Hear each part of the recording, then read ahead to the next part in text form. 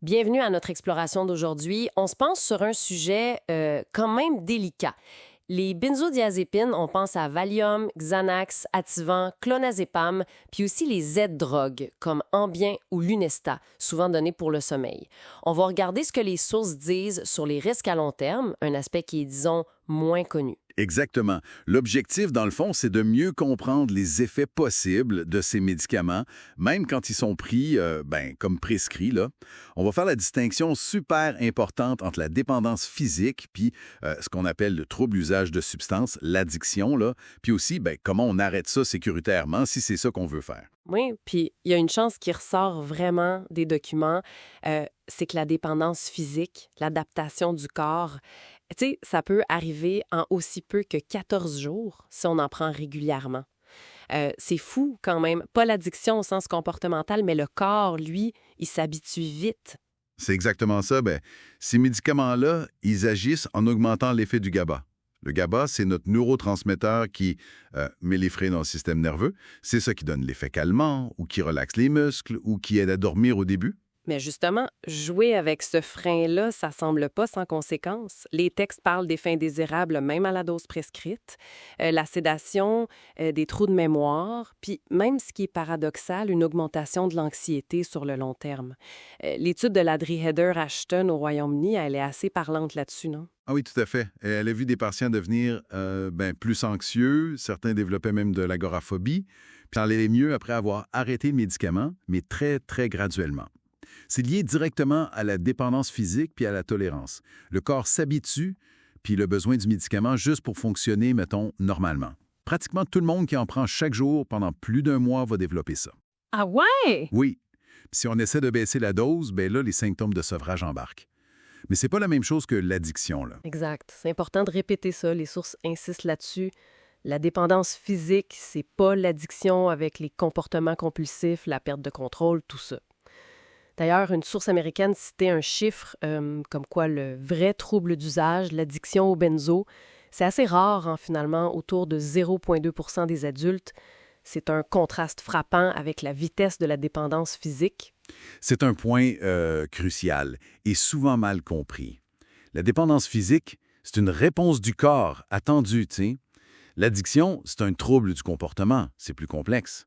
Mais malheureusement, même si c'est juste physique, le sevrage peut être extrêmement pénible. Les sources parlent du BIND, Benzodiazepine Induced Neurological Dysfunction. BIND, OK, ça sonne sérieux. C'est un syndrome de sevrage qui peut durer longtemps, genre des mois, des années même, après avoir arrêté, avec des symptômes qui sont pires que le problème de départ. Effectivement, oui. On parle de toute une série de symptômes, souvent nouveaux, qui n'étaient pas là avant, une anxiété intense, de l'insomnie sévère, des problèmes cognitifs comme un brouillard mental, une hypersensibilité à la lumière, au son, des problèmes digestifs, on parle parfois de benzobelly, des spasmes musculaires, un sentiment d'être déconnecté, irréel. C'est très lourd, là. Wow! Un sondage cité dans les documents mentionnait que plus de la moitié des gens en sevrage prolongé avaient eu des idées suicidaires. C'est pas rien. Les témoignages qu'on lit parlent de vies complètement chamboulées, perte d'emploi, plus capable de s'occuper de la famille. L'impact peut être dévastateur. C'est ouf, c'est vraiment majeur comme impact. Alors, face à ça, la question c'est, si on envisage d'arrêter, comment on fait pour éviter ou minimiser ce calvaire potentiel? Une chose est claire, dans toutes les sources, surtout pas arrêter d'un coup sec. Jamais.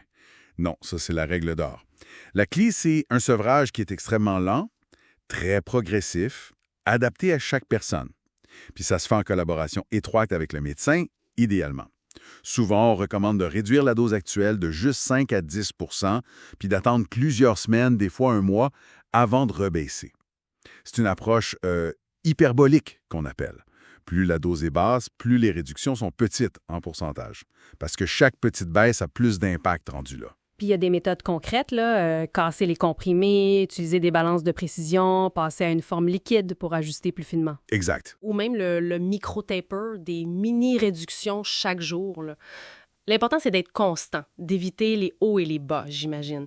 Il y a des guides qui existent, comme le manuel d'Ashton, même s'il date un peu, ou les lignes directrices Mandilé, plus récentes. C'est ça. La patience puis de l'individualisation, c'est vraiment ça le plus important. Il n'y a pas de recette qui marche pour tout le monde. La réaction au sevrage, ça varie énormément d'une personne à l'autre. Donc, pour résumer un peu ce qu'on a exploré dans les sources, on a d'un côté, oui, une efficacité prouvée à court terme pour l'anxiété, l'insomnie, mais de l'autre, un potentiel de dépendance physique très rapide et des risques à long terme qui ne sont pas négligeables du tout, incluant ce fameux BIND, le sevrage prolongé, qui peut être vraiment sévère et durer longtemps pour une partie des gens. L'FDA a d'ailleurs resserré ses avertissements en 2020, c'est mentionné aussi. Ben oui, l'essentiel à retenir, je pense, c'est vraiment l'importance d'une prescription qui est judicieuse, réfléchie, idéalement limitée dans le temps. Puis si un arrêt est nécessaire, ben il faut que ça soit fait avec une extrême prudence, vraiment très lentement en écoutant comment la personne réagit. La communication entre le patient et le médecin, puis l'information, c'est vital. Tout ça, ça nous laisse avec une question pour réfléchir peut-être. En sachant à quel point le corps s'adapte vite à ces médicaments, puis comment ça peut être difficile de revenir en arrière, quelle place on devrait donner à cette information-là dans nos discussions sur la gestion du stress, de l'anxiété, du sommeil, puis dans la recherche d'alternatives, de stratégies de bien-être qui fonctionnent à plus long terme. Merci d'avoir fait cette plongée avec nous aujourd'hui.